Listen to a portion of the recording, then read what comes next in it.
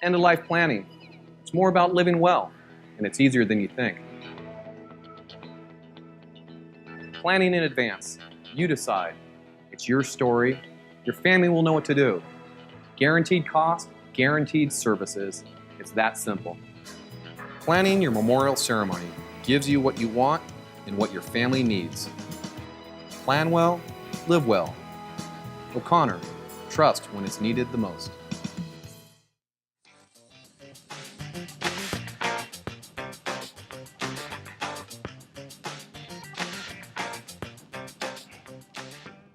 Welcome back. Well, it is inevitable that all of us pass away at one time or another, and you want to keep the memories of your loved one. And we have Neil O'Connor here today, O'Connor Mortuary, along with Becky Lomica, and she's the Director of Community Development with O'Connor.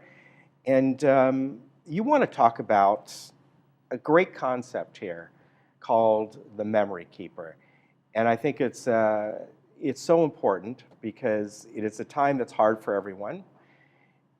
Quite often what people look at is the celebration of their life, of their loved one's life. And this is something that you provide here. And I think this is great. First of all, welcome for both of you being here today.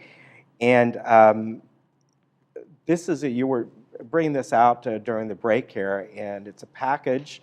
And it has all these neat little things. And tell me a little bit about this, how this came about, and what's the real purpose of this? Great. Well, thank you. There's 3 major studies in our profession have shown that the baby boomer generation definitely embraces ceremonies.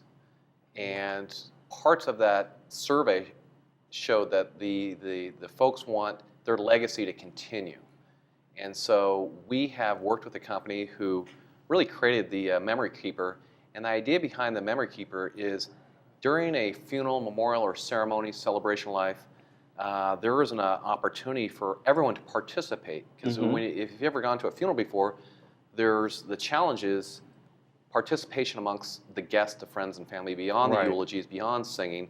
So this simply will be a part of a ceremony, creating a sacred space and time for everyone to write in memory of their friend or family member, not a condolence. And at some point in time during the ceremony, we stage it. We'll give out a memory card for everyone to write a memory of their loved one. Right. And then we'll play 1 or 2 of their favorite songs. And during the song, they'll come up and place the memory in the box. And then they'll light the candle either before, during, or after the memory keeper process begins. And the family can take these memories home, put other keepsakes in here such as glasses, medals, pictures, and for years and years, family can reflect and take the memories out, read them. Because let's face it, there's certain chapters of your life your friends and family know, and there's other chapters they don't know. You know, the classic example is, grandchildren may not have the opportunity to fully know their grandparents, but they can learn about their history and legacy through other people's points of view, stories, or times they spent together. Yeah, very nice. And I think it would be very comforting for the family. And as you said, even though their loved one has passed away, they are even gaining more memories because people are writing their experiences with that person. And then when they're ready for it, they have the time, they open up the box and read through these. And it's a great concept. It is, and there are even some people choose to put jewelry, maybe grandma's ring or grandfather's pocket watch, and they can keep everything right in here, put a picture in here if they choose to do so. One of the families, actually, we gave this to them, and they chose, and their grandfather had died right before Christmas, and they decided to put this under the tree, and on Christmas they opened up the Memory Keeper on Christmas and read all of the memories that the guests at the memorial service had written about their grandfather and father. So, nice. It's just a special way for them to keep his memory going. Yeah, very nice. Now, is this something that is provided? It is. We give it to our families we serve as a gift. When we meet with them, we talk about what the service will look like. We call it painting the picture, designing the ceremony. And really the biggest challenge I mentioned before is some ceremonies lack participation and Right. some type of They do. positive emotion where from the time you walk in, what are we creating there? A sacred moment of rituals. So what we're trying to do is take back this ritual, this ceremony, and incorporate the memory keeper. It can be music that is sung together as a group as well, DVD videos, eulogies. People like to bring in keepsakes. We've had people bring in their Harleys into our facilities, golf clubs, Right. fishing reel. Really, what I think the beauty of a ceremony offers is teaching moments to people. And if it was my funeral, what were the elements, the characteristics that Neil had that you liked or didn't like? So there are great teaching moments about when someone passes on, and reflection points where some people walk away after death saying, it has transformed me, it has moved me to become a better person or more in tune with nature or whatever is important to them. Right. Yeah, I can certainly understand that. How long have you been offering this? Is this something fairly new? It's fairly new, and it's exclusive through our mortuary at O'Connor Mortuary. No one in Southern California does have this.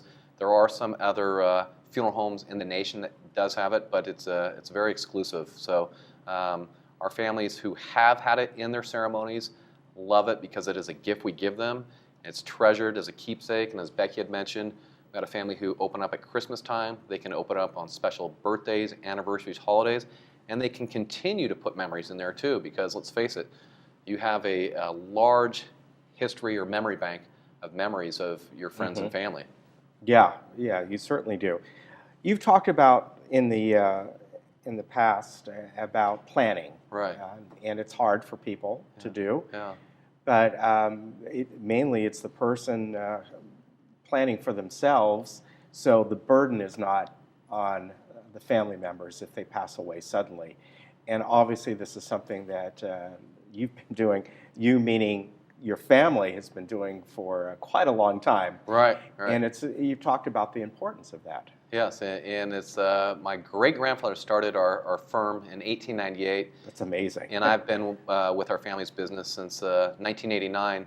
I think the key to pre-planning, just as you mentioned, it's really not always, it is important that someone has a plan, but it's really creating a peace of mind for that person who's planning, saying, this is taken care of just as an estate or a will is taken care of. I know the older I get with a young one at home that I don't want to have to leave things undone when I leave. And I don't know when my time is going to come, but I do know that even at 35, which was almost 10, 12 years ago, that even as a single, I pre-planned because I didn't want my parents to have to think about it, but now I'm married and have a child. That is in place, and hopefully it doesn't have to be used for a long, long time, but it creates a peace of mind for me, at least, knowing that there is a plan of action when I go. Yeah. Becky, when people start either the planning process or maybe they didn't pre-plan and a loved one had passed away, it's a difficult, not only because of their loved one passed away, but now they're sitting down and planning out the funeral and where this is all going to take place, everything that goes along with it. That's got to be hard, and you walk them through those steps. Oh, I think it's one of the most difficult things we do in life, to sit down and plan a funeral for one of your family members is something no one is looking forward to. The most difficult thing is walking through the door of our mortuary.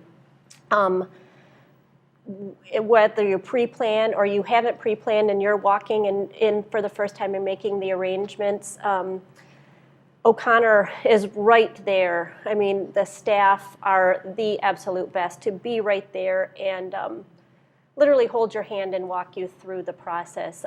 It's overwhelming, it's scary, you're in grief, you're not thinking straight. And so our staff are just there to walk you through and to help you and make sure that it is a true celebration, a true tribute to the life that was lived. And people want different things. They have different needs. Sometimes they don't want a service or a memorial. They just want to have a party, maybe do something that that loved one really enjoyed doing. It could be anything.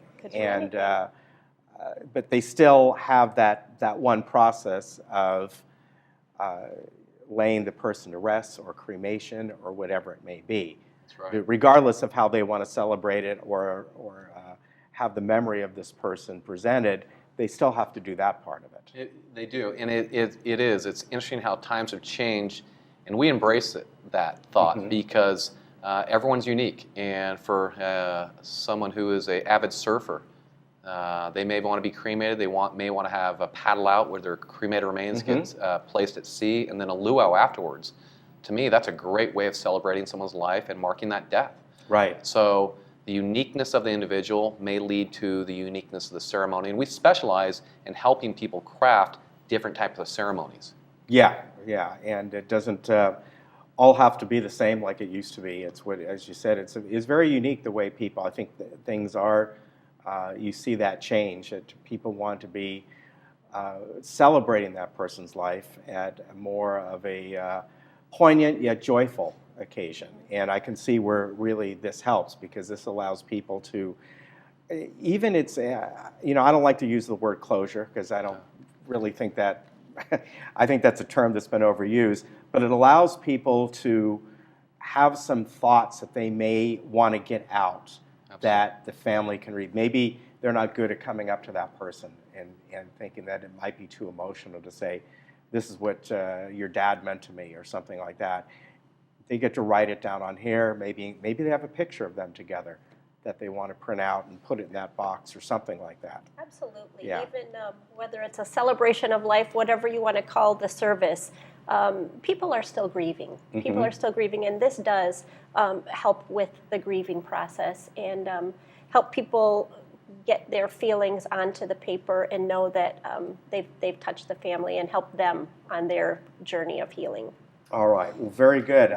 Thank you for the information. Appreciate you having all this here and coming on. Want to give you their number here. It's 581-4300-949, of course, o'connormortuary.com.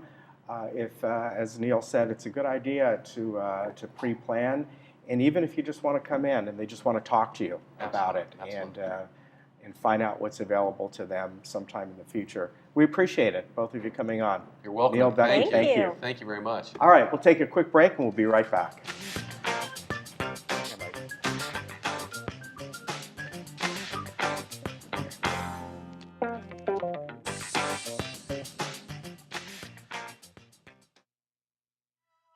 We plan for every milestone in our lives. We plan our birthdays. We plan our anniversaries. We also plan graduations, honeymoons, and vacations. Planning our memorial celebrations allows us to guide the look and feel of the service and frees our families to begin their journey of healing. End-of-life planning is more about living well, and it's easier than you think.